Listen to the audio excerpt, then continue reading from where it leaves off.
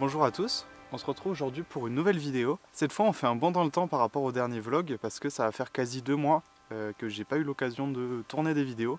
Entre le calendrier, j'avais pas mal de taf à côté donc j'ai pas eu beaucoup de temps pour me retrouver un petit peu et avoir le temps de tourner des vidéos.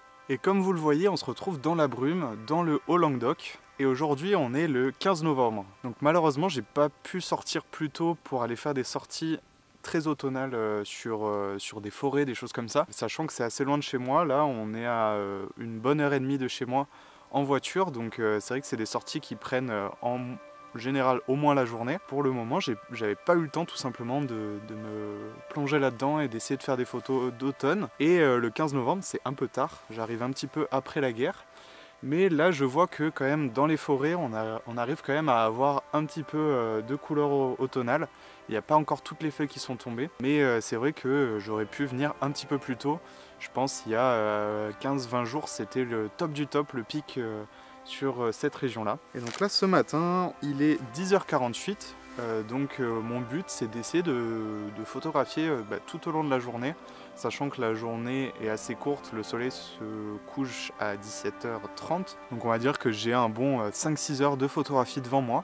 Et mon but aujourd'hui c'est vraiment de prendre le temps et d'essayer de trouver des photos automnales dans cette magnifique forêt que sont les forêts du Haut-Languedoc. Allez, je bois mon petit café et après je prends le sentier qui est juste derrière, voir ce que je peux trouver.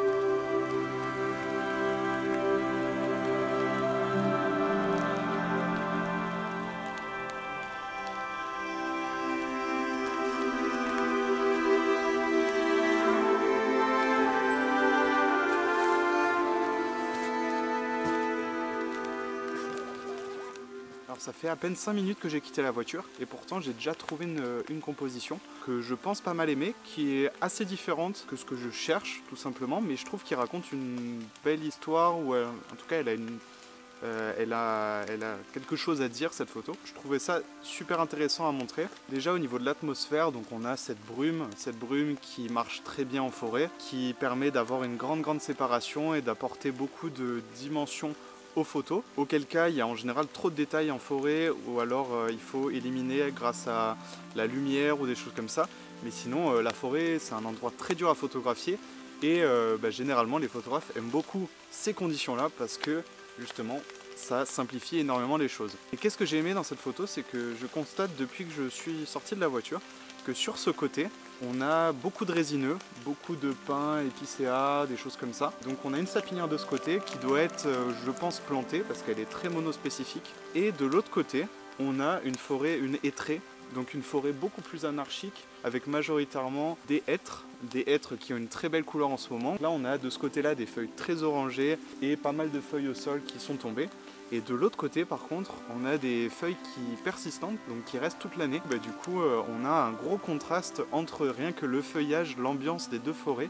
On a un côté beaucoup plus orangé de ce côté-là et un côté beaucoup plus froid, bleu et sombre de ce côté-là. Et ça je trouvais ça très intéressant déjà de base, mais je pensais pas réussir à trouver quelque chose qui connectait les deux. Jusqu'à ce que je me rende compte que du coup au niveau de cette route on a quelque chose de très intéressant. On a du coup les feuillages qui se délimitent très bien au-dessus de moi. Donc d'un côté les hêtres, ouf, j'ai pris de l'eau. D'un côté les hêtres et de l'autre côté les sapins, et qui viennent avec leurs branchages s'entremêler. Donc ça, je trouvais que c'était quelque chose de très beau.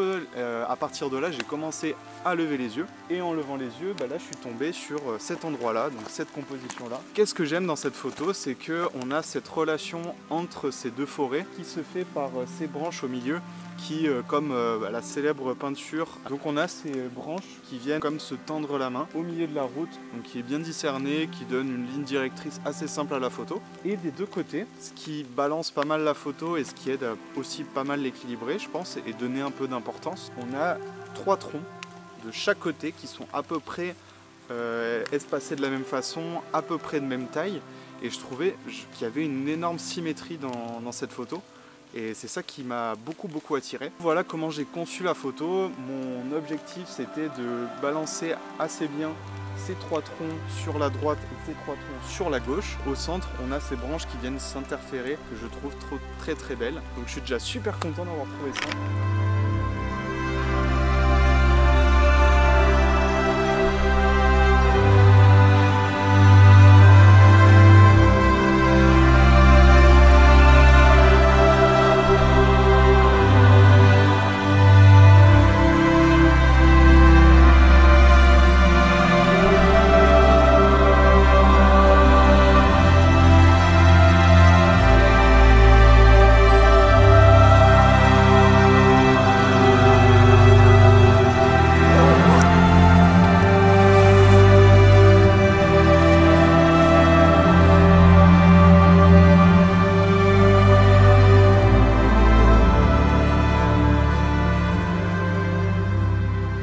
Bon alors ma supposition se confirme sur le fait que ce soit de la plantation. Là j'ai avancé encore un peu et on se retrouve dans quelque chose de vachement plus monospécifique avec beaucoup de sapins alignés. Donc là il n'y a plus trop de doute. Je vais quand même continuer un petit peu pour voir ce que ça donne. Sinon si jamais je retournerai à la voiture et j'essaierai de trouver un petit chemin de forêt à explorer. Mais j'ai un petit endroit en tête où j'aimerais aller tout à l'heure. Et il me semble que là-bas on a quand même des hêtres très jolis.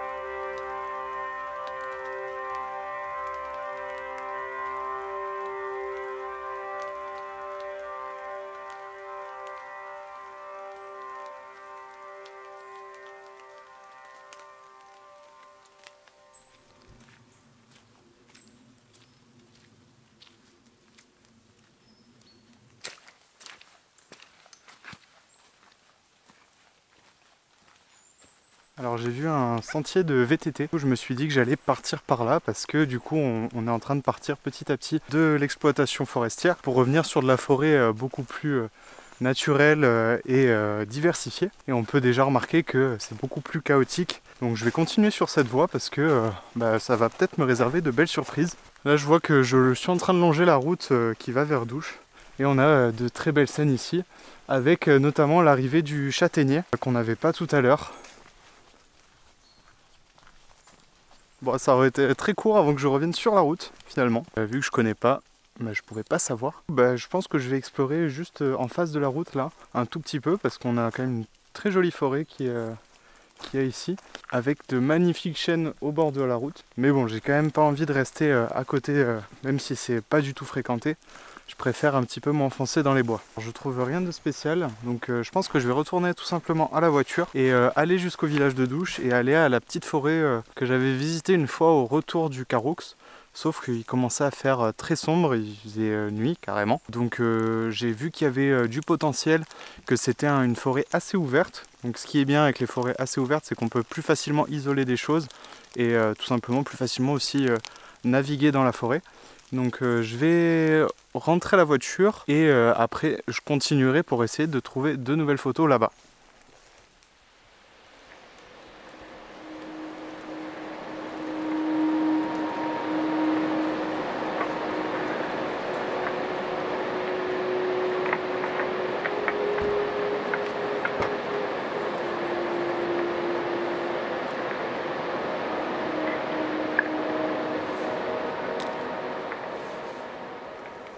Bon, je me suis téléporté au village de Douche, donc là je suis au parking qui part vers le sommet du Caroux.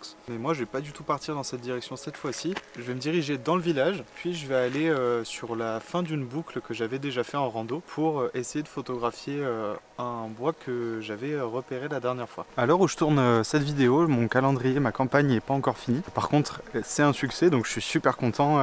Là j'en suis pour l'instant à 47 calendriers vendus pour un objectif de base de 40. Je suis super content, merci d'ailleurs à tous ceux qui ont participé et qui m'ont soutenu. Et du coup ça me mène à penser du coup déjà au prochain sur le thème, parce que chaque année j'essaie d'avoir un genre de thème ou alors un objectif pour mon calendrier.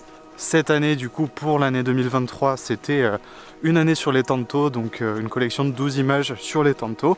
Et du coup je réfléchis déjà au futur calendrier et à son thème. Et là je suis en train de me dire pourquoi pas essayer de faire un calendrier avec que des images que j'aurais vloguées. Je reste pas fermé sur la question parce que on sait jamais les circonstances, peut-être que je vais pas réussir à le faire. Sachant que je vlog on va dire très peu par rapport au nombre de sorties que je fais. C'est aussi un challenge pour moi de vlogger davantage.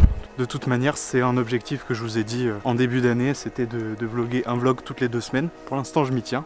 Et du coup je trouvais ça intéressant d'essayer de me challenger encore plus.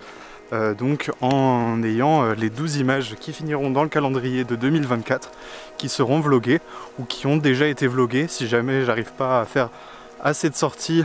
Et on le sait, la photographie de paysage c'est pas chaque sortie une photo, donc peut-être que j'arriverai pas, malgré de nombreuses sorties, j'arriverai peut-être pas à avoir 12 photos dont je suis content et qui représentent plutôt bien les saisons.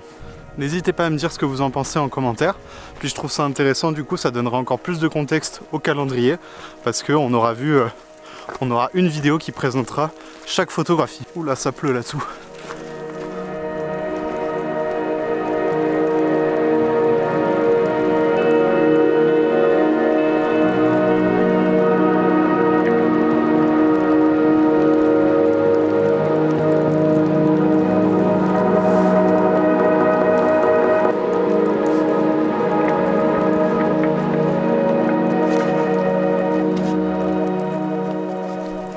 Alors j'ai une nouvelle photo en tête et cette fois-ci on change pas mal d'ambiance. Comme vous pouvez le voir, on est sur un milieu pas mal ouvert avec du coup quasi plus de feuilles, donc on est plutôt sur un paysage typé hiver que automnal on va dire, même si on a encore beaucoup de feuilles mortes par terre.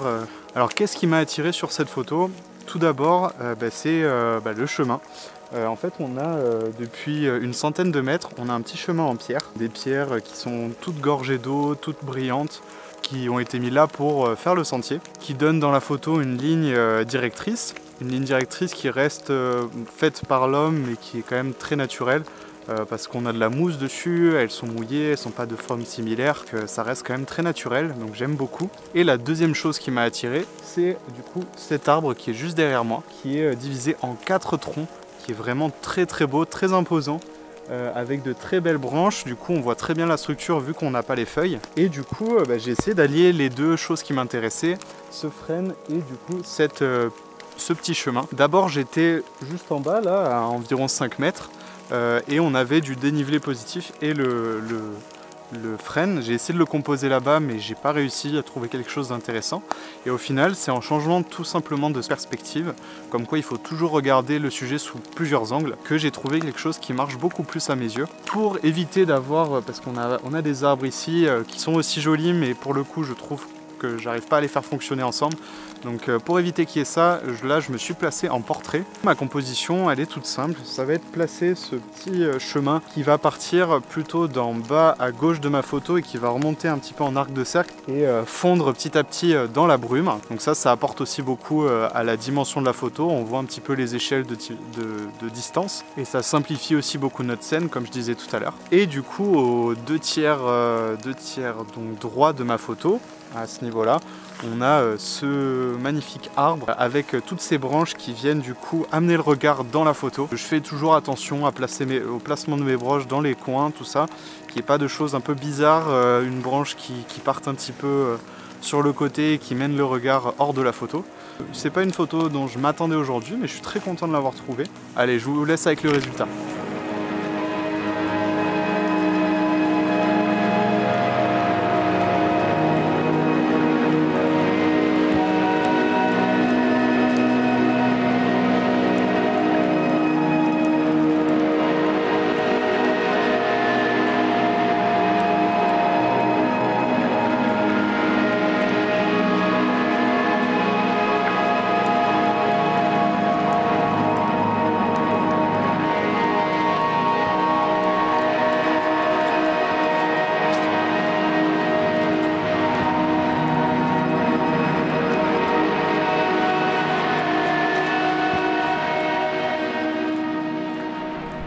Alors ça me paraît pas mal bizarre d'être ici.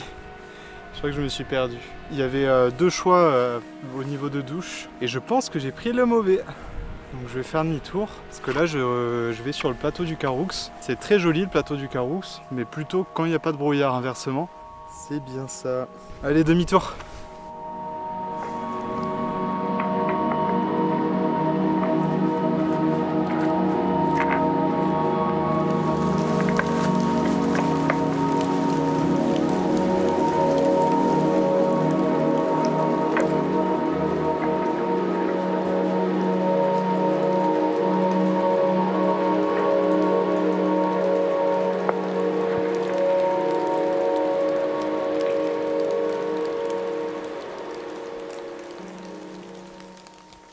Alors décidément je trouve pas mal de photos cet après-midi. Cette photo je vais vous l'expliquer rapidement. Donc ce qui m'a plu tout de suite c'est donc cet arbre avec ce gros rocher qui forme comme une table, comme si c'était une table d'un ancien temps, du moment des Gaulois, je sais pas. Ça mène toujours à l'imagination. On a une jolie branche toute dorée qui est juste au-dessus et qui vient couvrir et contrebalancer la pierre qui est juste en dessous, qui vient l'encadrer. D'abord j'ai vu ça, mais je me suis dit que c'était peut-être pas suffisant, qu'il manquait quelque chose. Et là, c'est là que j'ai vu du coup les petites pierres qui sont juste devant moi, qui forment un petit triangle, des formes très géométriques et qui mènent parfaitement le regard vers mon sujet, qui est cet arbre et cette pierre. Donc je suis très content. Il suffisait du coup de partir sur du portrait. En partant sur du portrait, du coup, j'arrivais à incorporer sur mon tiers bas tout cet amas rocheux qui est très joli, avec plein de petites feuilles qui se sont déposées dessus avec le temps et qui vient du coup simplifier tout le premier plan avec un motif globalement le même. Donc tout le sol c'est quasi pareil, c'est soit des petits rochers, soit des feuilles. Donc ça simplifie énormément, ça apporte beaucoup de couleurs, donc c'est très joli. Allez, je vous montre le résultat.